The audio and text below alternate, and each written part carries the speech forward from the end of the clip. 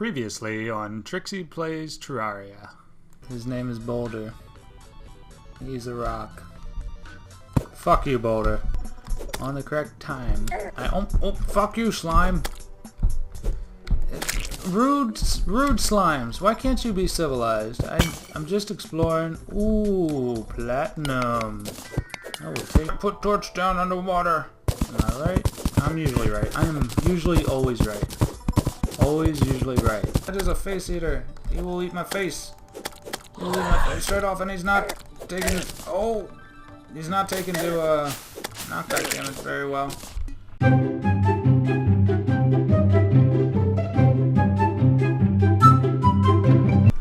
Hey guys, and welcome back to another episode of Trixie Plays Terraria. Excuse me, that was me cracking my knuckles. I usually try not to do that on camera, but I just did it out of habit. Yeah, welcome back. I am going to take just a minute to get out of here, slime. To kill the slime. To kill the slime. Come here, slime. I am going to take just a minute to do a little inventory management, and because I enjoy the fast forward button so much, I am going to do a little fast forward through all that. And I think when I do my inventory management, instead of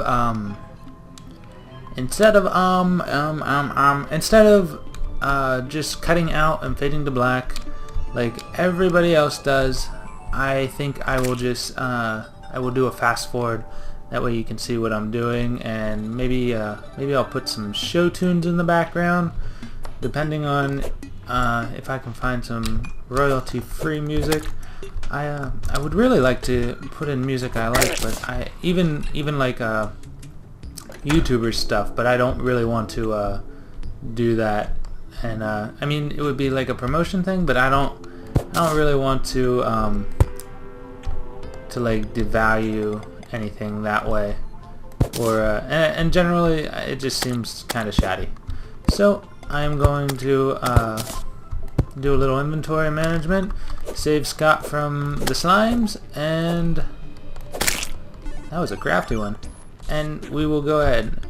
Trixie, future Trixie, will you do me the honors and press the fast forward button? Thank you. And fast forward in 3, 2, 1.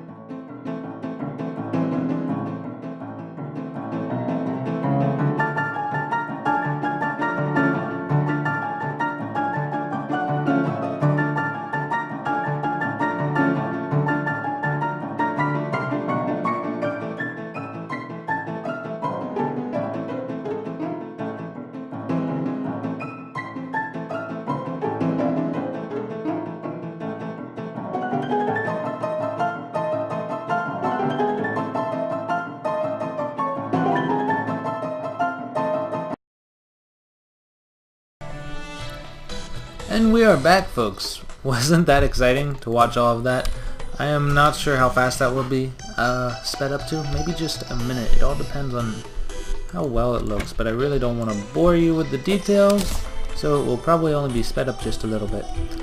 Anywho, we are going to leave, and we are going to close our doors so that our NPCs don't... There are a lot of fireflies out tonight.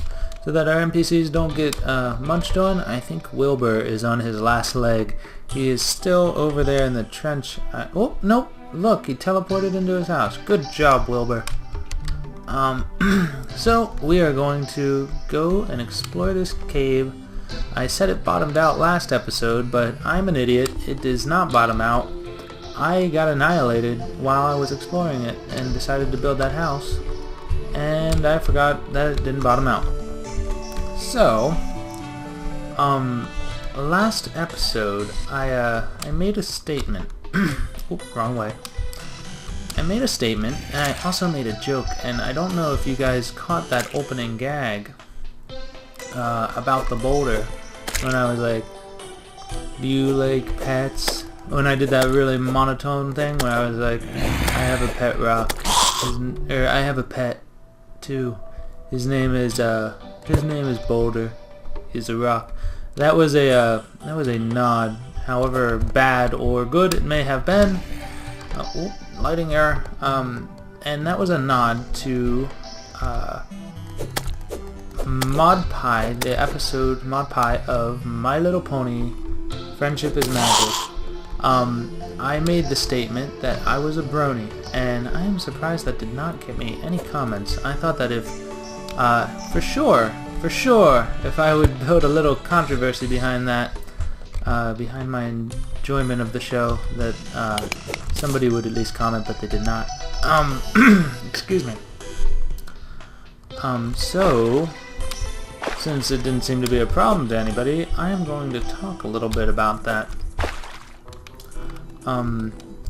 My Little Pony, Friendship is Magic, is, it's an interesting show because it garners a lot of attention, not particularly just from a younger audience, a younger female audience, as was Hasbro's intent, but it has become somewhat of an online cultural phenomenon, and you probably don't even care.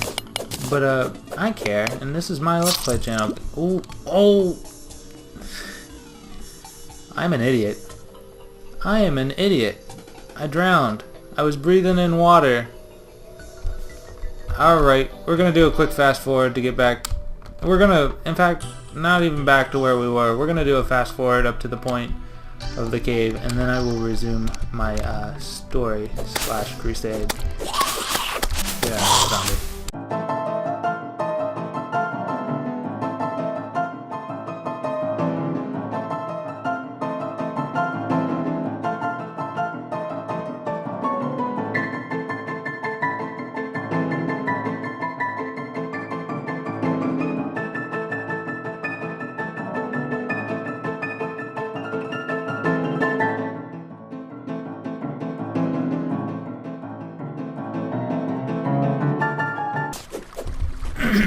Alright, I'm back. Not because I got to where I was when I died before, but because I saw something down here and I wanted to grab it without going too far. It was just copper after all, but I think we can get down from here a little quicker. So anyway, I watched a curiously interesting show called My Little Pony Friendship is Magic.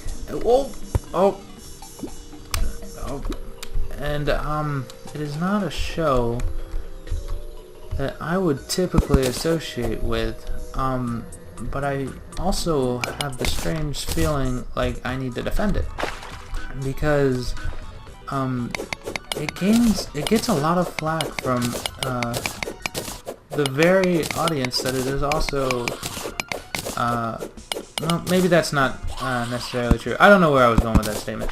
It gets a lot of flack from an audience that never watches it to begin with, and if they do watch it, then they're not really thinking with an open mind, I think. And maybe that's presumptuous to say, because I want somebody to like the things that I like, and if they don't, then they're wrong, right? No. But I feel like when somebody criticizes somebody for watching this show, it's super strange, because the show, by and large, is very, it doesn't feel feminine, in terms of just being this thing that is deliberately marketed to can I get there? Nope. Deliberately marketed to little girls. It doesn't feel like Barbie, I think is what I'm trying to say. There was a comment that I addressed on another video somewhere else. I can't remember what the video was, but a lady, and if I can find her comment, I will link it or something. Maybe I'll make it flash along the bottom. Get on it, future Trixie, editor Trixie. But I responded to it because she asked where the bronies were. let me take care of the skeleton. And the cave bat and the black slime. Oh god. Oh, that is a tough skeleton. She questioned where the bronies were in the 80s. And in the 80s, there was My Little Pony, but it wasn't good. It was a toy commercial, essentially. And it was very... In fact, I've never watched the episodes, but from the clips I've seen, it's almost offensive. Oh, amethyst. It's almost offensive towards the female audience it's marketing to. The worst trouble a pony had on that show was whether or not a boy liked them, and that is, I really don't like things that revolve specifically around romances. I don't mind romance things. In fact, I consider myself to be a heavy romantic, as it were. But when a girl is portrayed as only being concerned with relationships with a cute boy or something, that seems maybe not offensive, but short-sighted, I guess I would come on, place the torch. And it is kind of irritating, because girls, heads up people, girls are people, and I am not going to drown this time. I am so not going to drown this time. In fact, I am so sure I'm not going to drown this time that I'm not going to keep talking until I have an air bubble. Okay, we got this. We got this, people. Okay, alright, awesome. See, I'm not... Fool me once, shame on me. Fool me twice, shame on me again. Fool me 3 times, I look like a fucking idiot, and I don't want to do that. Anyway, to heads up, little girls are also humans, just like boys, and just like boys, they like to hear a story with a climax and a resolved ending, and they like adventure and mystery. And I feel like boys get the luck of the draw for narrative storytelling by and large. Maybe that's a sexist thing to say, and I hope that's not offensive to anybody, because that would really rather undermine my attempts at making this conversation. But I feel like I didn't set another timer. God damn it. One day, folks, one day we'll set a timer, but it's not going to be this day. It's probably not going to be the next time I do a video either. I got excited about this topic that I wanted to convey. Ooh, look, tungsten. Boys, at least in my opinion, get the better... Ooh, life crystal and a king statue. I will get this nailed down eventually. Boys, I feel like, get the luck of the draw when it comes to narrative storytelling, because a lot of times I feel like the market might view girls as uninterested in action and thrills. They just want to, you know, get that boy or have that romance, find that life partner, and that is really kind of shallow, in my opinion. And that's what I really like about My Little Pony Friendship is Magic, which I will henceforth be calling simply MLP. Maybe I shouldn't call it MLP, because that implies the entire franchise, no? Whatever. Let's not get technical, even though this is a very technical argument. What I like about my MLP is that it kind of doesn't do that. It doesn't appeal to either gender beyond the fact that it's a story about ponies, and they are very cotton candy colored. Tongue twister. And that's about the extent of it. They are princesses, or at least there are princesses, but they don't ever feel like they're princesses. They feel like they're badass royalty. In fact, the Princess Celestia is her name. She was originally written by Lauren Faust to be a queen. She was going to be Queen Celestia, but Hasbro rathered her be a princess to appeal to the demographic. And here's the thing, folks. I really don't like. Maybe this is why I don't have an animation studio of my own. But I really don't like appealing to specific. Oh God. I'm gonna die. I'm gonna die. Oh, you stupid slime. God damn it. Alright, Trixie. You know what to do. Fast forward.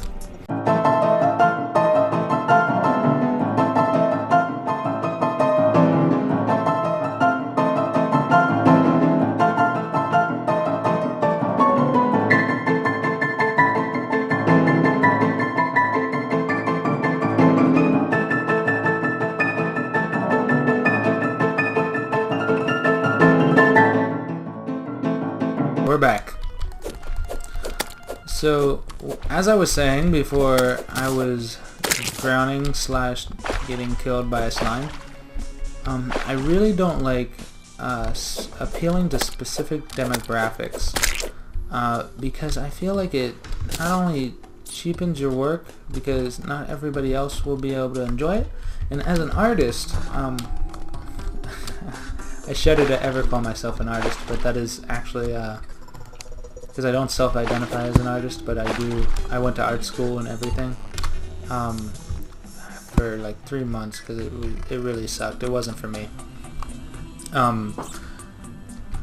As an artist, the little twinge in me that says, hey, this thing needs to be great or it's going to suck and nobody's going to like your stuff, that bit of me hates appealing to a specific crowd. And because as an artist, what you want to do is you want to get a impression from somebody, right? You want them to see your work, and you want as many people to either criticize or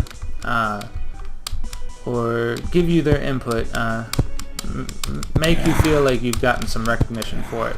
Essentially, I apologize for my constant keyboard sounds. That my mic is pretty much right in front of my keyboard, and if it weren't, it would be in front of my mouse. So it's really not a win-win situation. It's kind of a lose-lose. Do they have lose-lose situations? Anyway, the whole point of creating something, in my opinion, is to get as many opinions upon that creation as you possibly can, and thus you increase the likeliness that, that people will either like it or hate it, and hopefully more people like it. And if they don't, you can at least get some insight as to how to make them like it later, like with your next work. So where was I going? So when you limit your demographic to, let's say, little girls, and you simply make a pony animation about ponies that have quote-unquote girl problems. They don't know what guy they want to take to the dance, or all that jazz. Oh my god, that slime almost killed me again. If it would have bounced me way over there, that would have been a death fall. About what guy they want to take to the dance, or how to cook something, or rather. Oh my god, I don't have any glow sticks, so I can't even see where to go. Oh no, we're not doing this again. Get out of here, slime. I guess this cave kind of bottoms out here.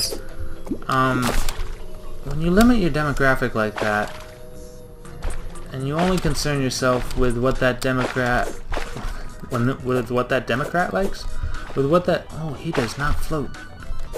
I'm willing to bet he hurts too. When you get 20 damage to that.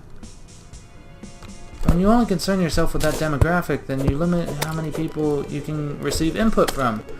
And when you can't receive input from lots of sources, then you are likely to get more sources that hate your work than like it. And I guess the bottom line is, why would you want to limit your essentially your resources? Because the amount of people that like it is how much you're going to get paid for it, right? In general. And I don't get it. I don't get demographics. I don't get appealing specifically to demographics. And you know what? I don't think I ever mentioned that lady. Oh, my rebuttal to that lady's comment.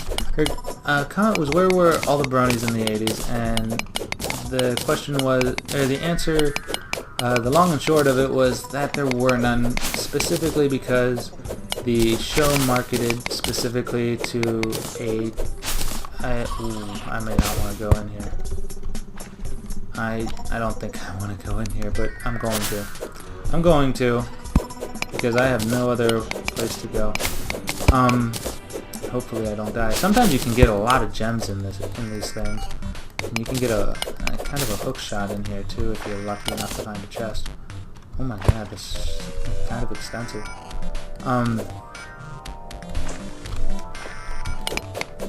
But Friendship is Magic doesn't really do that. They're all badass characters. They're very well fleshed out. I shudder to say well written or unique. But they are Oh, yep, this is a bad idea. We don't want to go in there. Oh god, where did you come from? Oh god. I think this is it, folks. Think fast, think fast, think fast. Okay.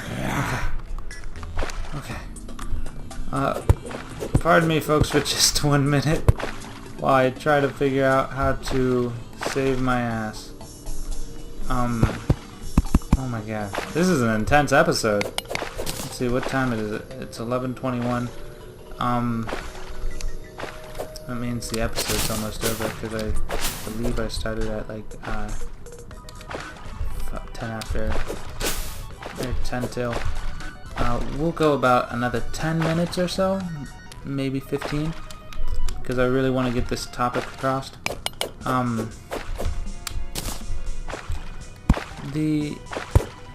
was I saying?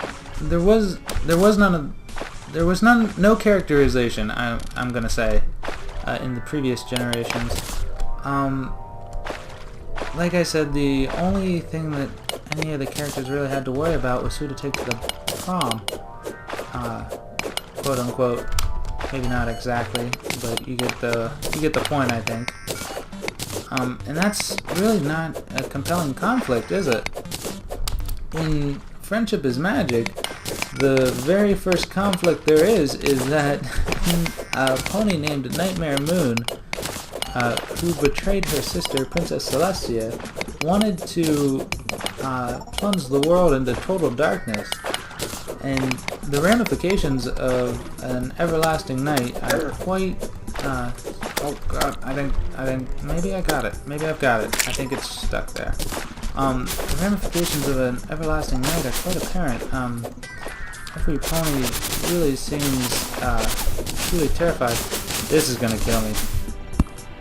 Truly terrified of Nightmare Moon. When she arrives,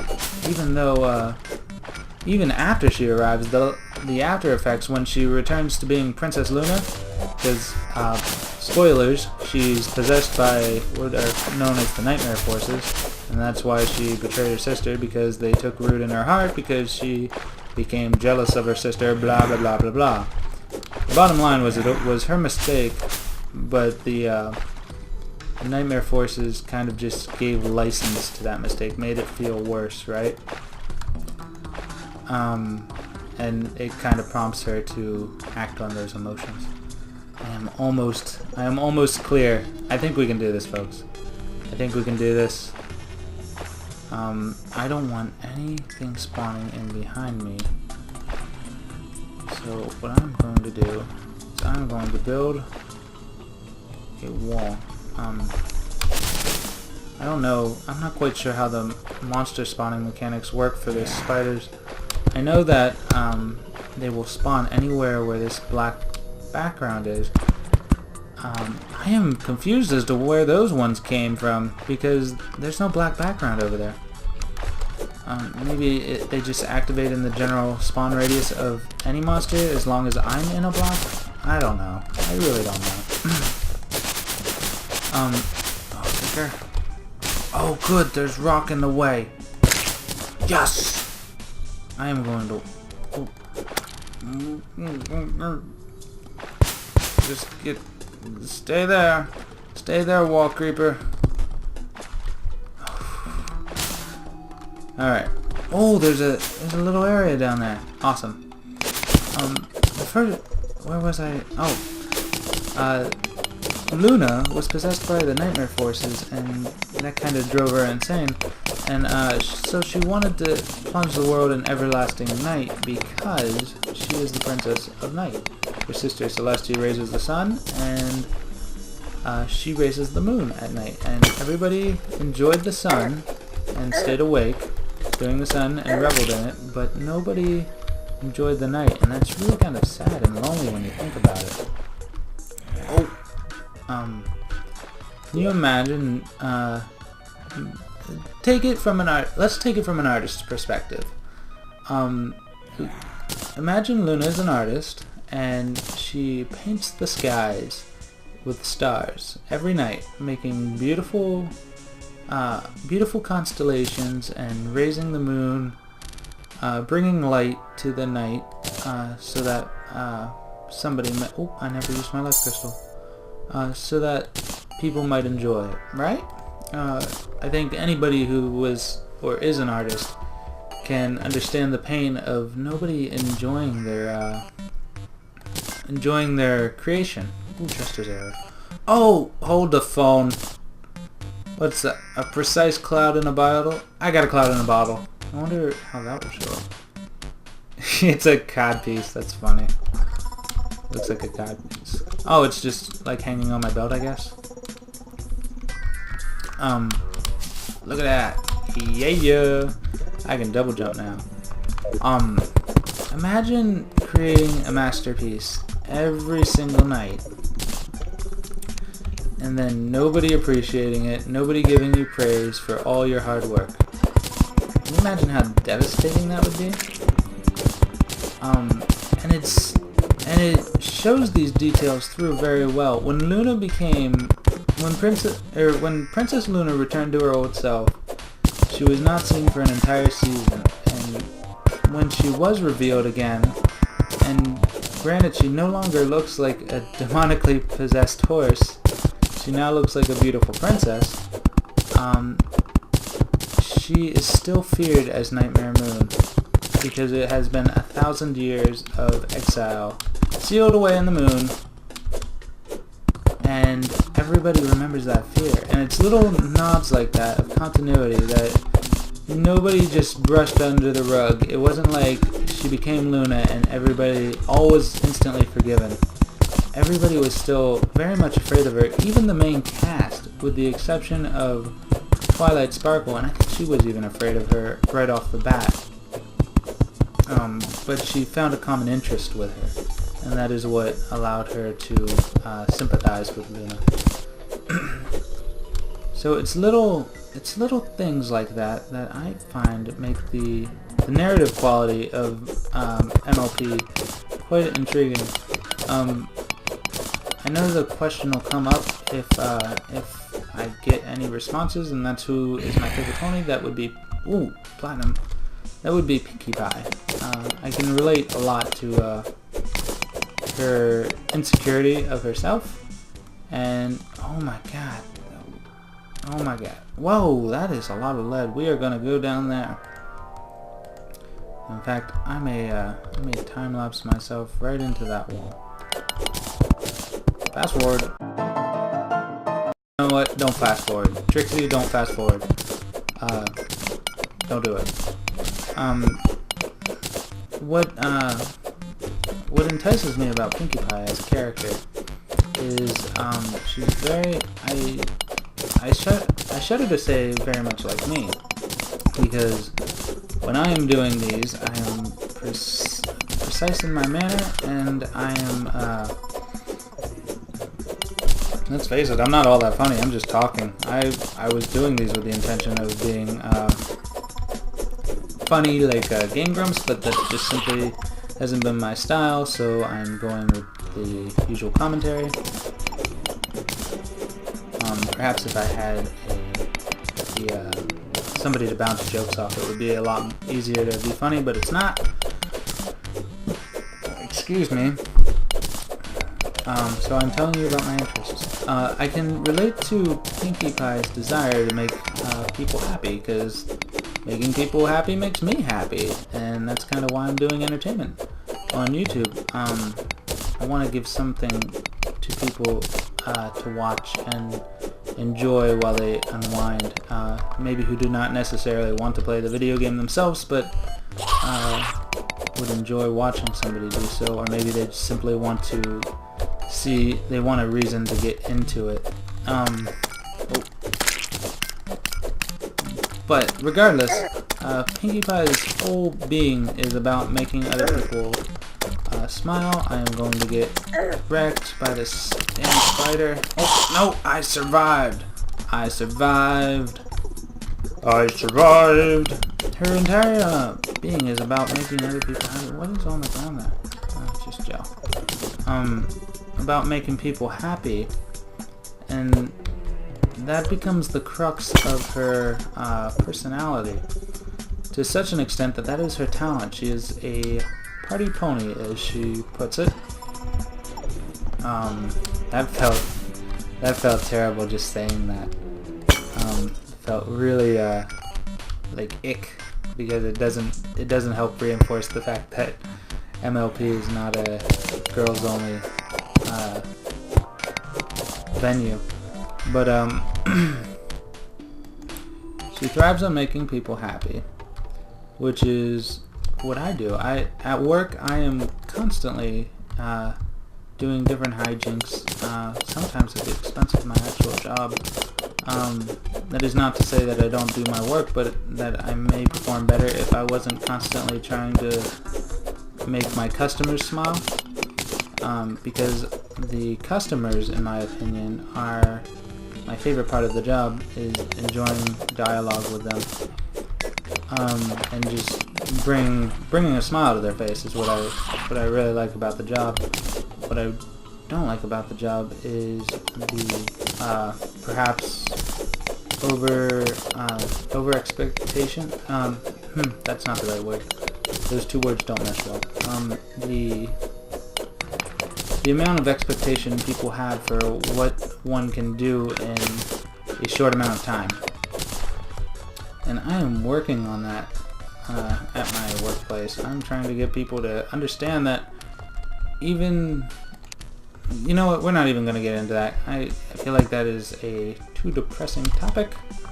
The bottom line is, I can relate to Pinkie Pie because she always wants to make people happy, but that's the crux of her personality. When she can't make people happy, or she is rejected from her her clique, so to speak, when she thought she was rejected by her friends, they didn't like her anymore because they were avoiding going to her parties anymore. She quickly became depressed and almost psychopathic.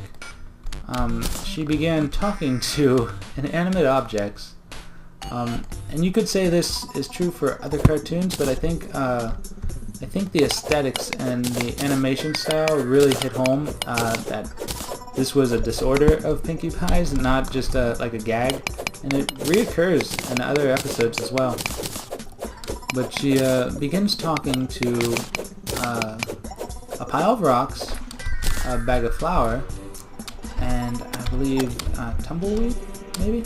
Oh, I can double jump. What am I doing? And they tell her never to speak to her friends again because they were jerks. and she initially defends them. She says, well, her friends aren't that bad, right? But it becomes an inner conflict, and it's displayed through these inanimate objects that she's having a conflict with herself, that her friends are just, you know, hold on, we're going to make some sticky bombs and blow the hell out of that lead. And hopefully not out of ourselves as well. I love sticky bombs. I really do. Boom. It becomes very clear that those are her own thoughts that she is just portraying onto these inanimate objects. It's not like the inanimate objects are coming to life for a gag, right? These are traits of her personality showing through the inanimate objects. And that kind of depth, especially for a children's cartoon, is very rare, I feel. Another portion of the question was, why are we not obsessing over Barbie or Adventure Time? And I am here to tell you that I obsess over Adventure Time. I am fully aware, and I feel like a lot of people may not be, I am fully aware that there is a underlying hidden, I thought that was maybe a different kind of war. There's an underlying story to just Finn and Jake being two kids slash dogs, a kid and a dog who go on adventures. There's a much deeper underlying story. There is a story of nuclear war, and there is a story of an old man going senile, and that is a very dark portion of Adventure Time. If you have not heard of that portion of the story of Adventure Time, I suggest you go look up Fridge Logic with the Ice King as the subject matter on TV Tropes, and you will probably, oh my god, you will probably be horrified at what you find. The Ice King's backstory is terribly tragic, and it is not even like an inferred backstory. This is like canon backstory. This is not we didn't make it up based on loose clues. This is like, there was flashbacks about this happening and everything. There was a very serious episode containing just the Ice King primarily. Maybe had Finn and Jake in there to beat him up every so often, or pop in a tape or something that initiated the flashback. But it is a very dark episode that details he had a wife, or he had a fiance rather. He was a scientist, and he was an archaeologist, excuse me. He was an archaeologist, and he stumbled upon this crown, the crown that he wears today, and he put it on to just make it funny to his wife, and the crown possessed him. And it is not said, it may have been said now because I haven't seen Adventure Time in a long time, I doubt it though. It was not said what he did when he wore the crown, just that he blanked out, and whatever he did, his fiance was no longer around. She left him, maybe she died, but she was no longer around, and he could no longer get in contact with her. And it made him immortal, the crown did, and the crown became similarly in seductiveness to the One Ring from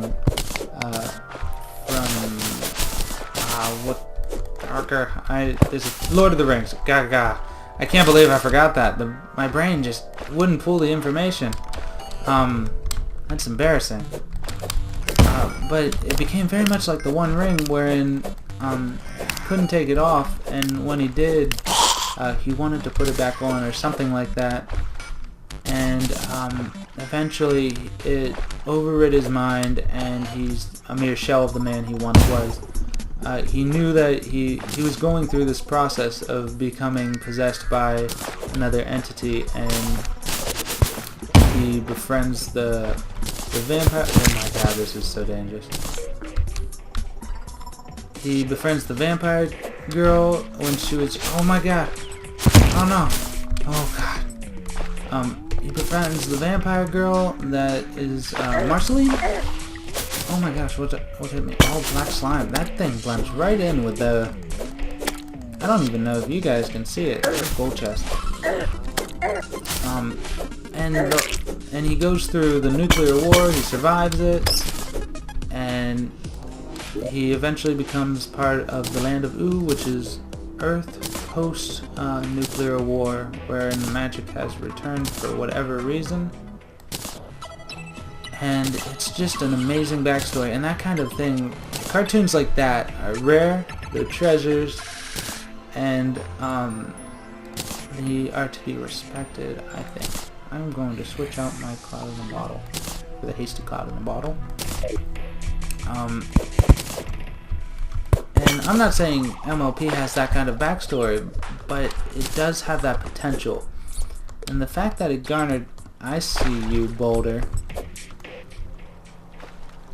The fact that it can garner the fan base it has is something to be spoken of, I think. Oh, you stupid dart trap. Alright, I think that's going to be enough for today. I've rambled on about Bronydom all episode. Oh, one last thing. We don't obsess over Barbie because it is a girl's toy that is marketed to be a girl's toy, and its show is based around selling a girl's toy. It has no narrative construct, the characters are two-dimensional and very flawed, uninteresting. I think I'm going to die to this worm, or something along the lines. Oh, that is a lot of copper. Come get some, worm. Okay, bat, I got some for you too. Oh, yeah. Come on, come on. Alright guys, we don't obsess over Barbie because it's stupid. I can't even say that I'm gonna get all this tungsten. I can't even say that it's for little girls because it's for it's just for children whose developmental brain has not grown to appreciate more complex ideas than dresses and baking cupcakes. And that is not strictly a girl thing, it's a young child thing that is attributed primarily to girls. And indoctrinated to girls at a young age. Every young girl gets a Barbie, every young boy gets a G.I. Joe, or in my case a Transformers. I never really liked G.I. Joe. And Transformers were always expensive. I never got a Transformer. I always got Pokemon stuff. Pokemon was where it's at. I still get Pokemon stuff. Well, except for now I have to buy them myself. Okay guys, I think that is the end of the episode for certain. I will see you tomorrow with a new episode. I've got to get this edited so that I can have it render overnight while I go to sleep, because I've got to go to work at 9. And then I will upload it as soon as I wake up, and hopefully it will publish by the time because to publish it takes forever. But oh my god, mother slime! It takes forever. Okay, see you, bye. I'm not talking anymore. See you, bye. Have a nice day. We will see if I survive this mother slime encounter next time on Trixie Plays Terraria.